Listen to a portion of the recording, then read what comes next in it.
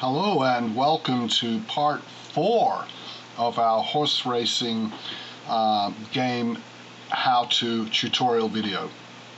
Alright, in this tutorial we're kind of just stepping away from the game for a minute and we're going to look at how we can make horse 2 move, or how, for that case, in any ActionScript program you can use the arrow keys on the keyboard to move an object around. So I'll show you what we mean. Alright, let's start having a look at our horse here. If we press the up arrow, he moves up. If we press the down arrow, down. Press the left arrow, it goes to the left. Right arrow, it goes to the right. Now for our horse racing game, we're really only going to need to use the right arrow and have our horse move along like this as we hold the right arrow down continually. But let's say you're doing something more complicated where we were having him, say, go over some jumps.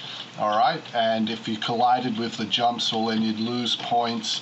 If you made it over a jump, you would gain to your score, okay? A bit of a more complex game, but we're going to learn how to move in all 4 directions, alright? So we need to get started with that.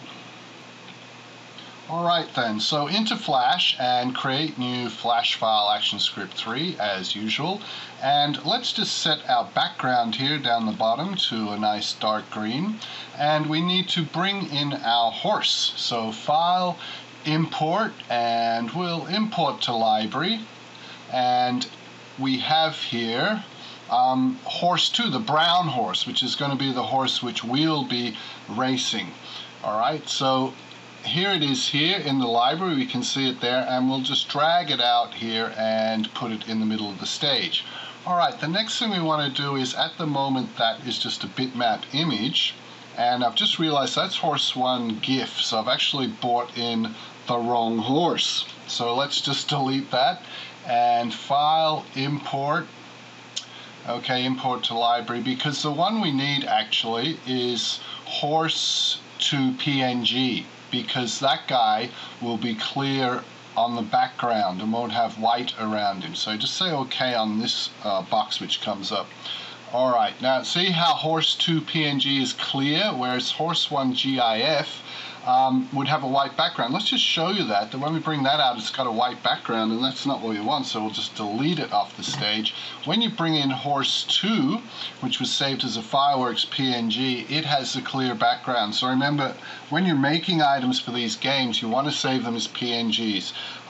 Fireworks, which makes PNGs, was designed to be used with Flash, or if using Photoshop, just make sure you save it as a fireworks PNG type file. Alright, enough of that.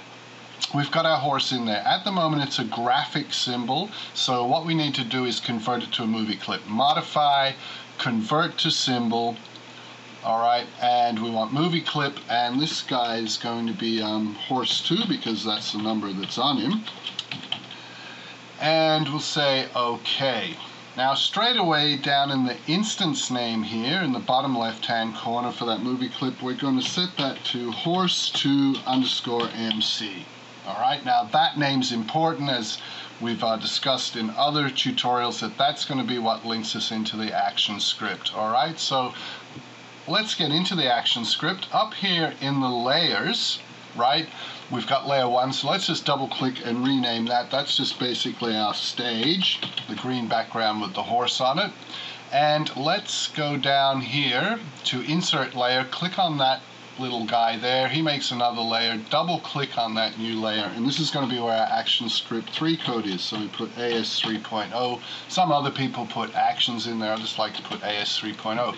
Alright, now straight away notice that it has got a little round circle, if you can see it there in that first frame. That round circle is a keyframe. If you do not have that circle, what you have to do is you have to go insert timeline and go to keyframe and put that in, because you cannot create anything in there until you have that round keyframe circle. Alright, so we're ready to do the ActionScript, so let's go Window, Actions, and get into the ActionScript editor. Okay, now guys, don't freak out or be scared when you see this ActionScript, alright? This is pretty big. This is the biggest one we've done. Alright, so let's break it down and take it in steps. Okay. Now, what we have to do first is the usual stop at the start of a frame. But we have to initialize some arrow variables. All right. Now we have to use these things called Boolean variables, all right, which is something new. Now we just set them up, var variable, and we need one for the left arrow, so we're just calling that left arrow, right arrow, up arrow, down arrow. We do colon here Boolean to tell Flash that they're a Boolean true-false type variable and not a number or not a character value. Now we're setting them all up to false to start off with, all right? So that's setting that nobody has pushed an arrow key yet. And Flash will know about these variables and know that they're going to be true-false variables. Now, looking at this, you're going to think, wow, that is so much work. And why can't we just code, if they've pressed the right arrow, let's move that horse to the right, so many pixels or so many x coordinates. Well, we could do that, but in the main function code, it would get very complicated, and using Booleans is actually going to make our main function, when we get down to writing it, really nice and clean, all right? It's hard as a beginner program to appreciate this as a beginner programmer, but look, after you've done a few programs, you'll use Boolean variables and you'll go, yeah, hey, Boolean variables are really cool, they make things nice. The next thing to do is set up event listeners. Remember, event listeners are those things that sit there continually checking to see what's happened. Now, we're not checking for the arrow keys. We're just checking to see if they've pressed any key on the keyboard. And the way we do that is we go on the stage, add an event listener, a keyboard event for key down. That means that they've pressed some key on the keyboard. Now, we don't care at this stage what key it is. We'll do checking later on to figure out which key it is. But at the moment, we just want to know, keep checking, see if they've pressed a key. And they press that key down and move the horse, but then they release that key and it goes up in the air, right? It returns to its normal position, and that's when we want to stop the movement, all right? So we have another event listener here to say, okay, has any key been released now, and is it back in the up position? All right, now we have to set our arrow variables to true when a key's pressed. Now, we don't just code in arrow here. Flash has numbers for every letter, number, and key on the keyboard. And the codes which are for the arrow keys are actually 37 is the left, 39 is the right key, 40 is the flash code for the down arrow key, and 38 is the flash code for the up arrow key. So what we do now is we set up a function here, all right, to check whether the key's pressed down. So if a key has been pressed down, there'd be an event listener and key press down gets done. Okay, our function key press down, what we want to do here is we want to check which of those keys has been pressed down, right?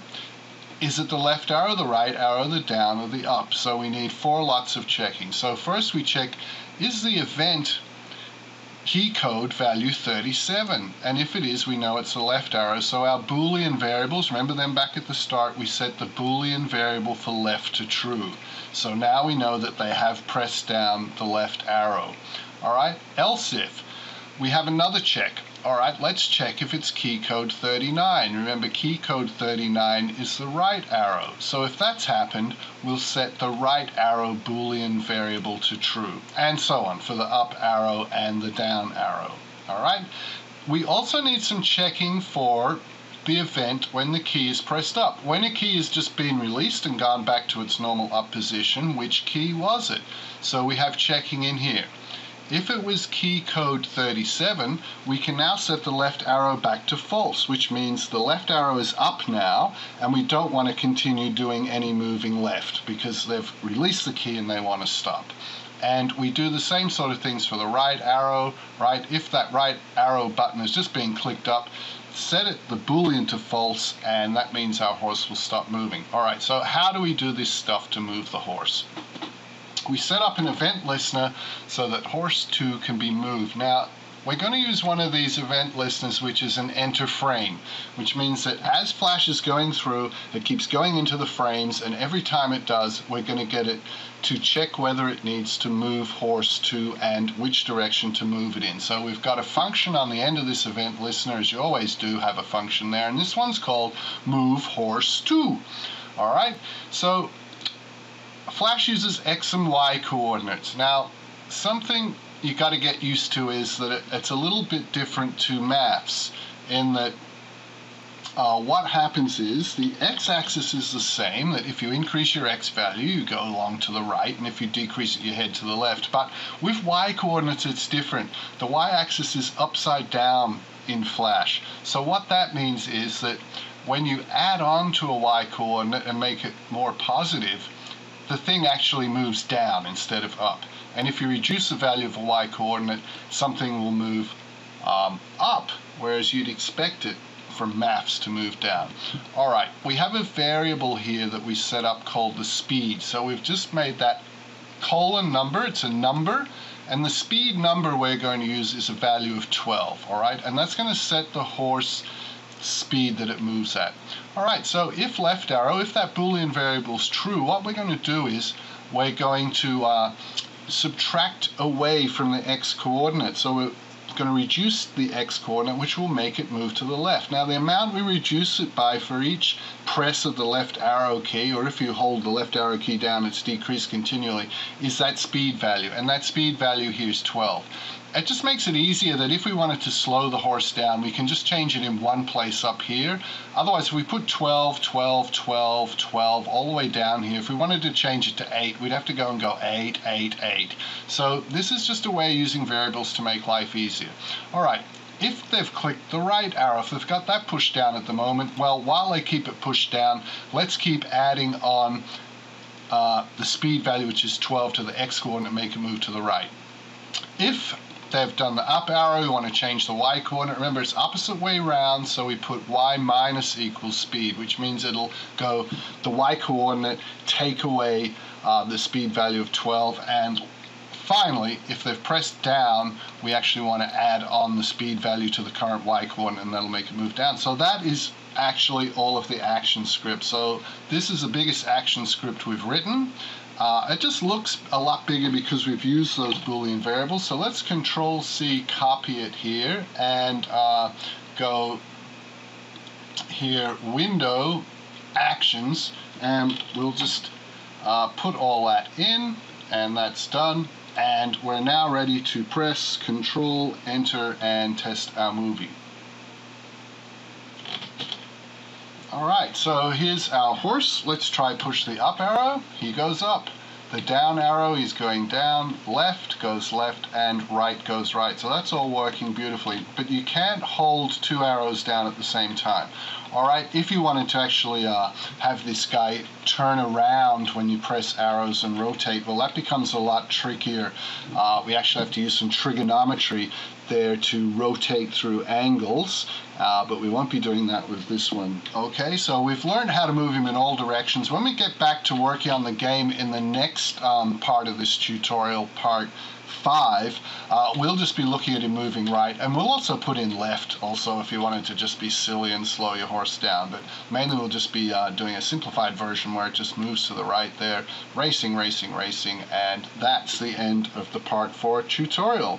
And remember, there will be a link in the YouTube information so that you can go to the full horse racing tutorial on our website.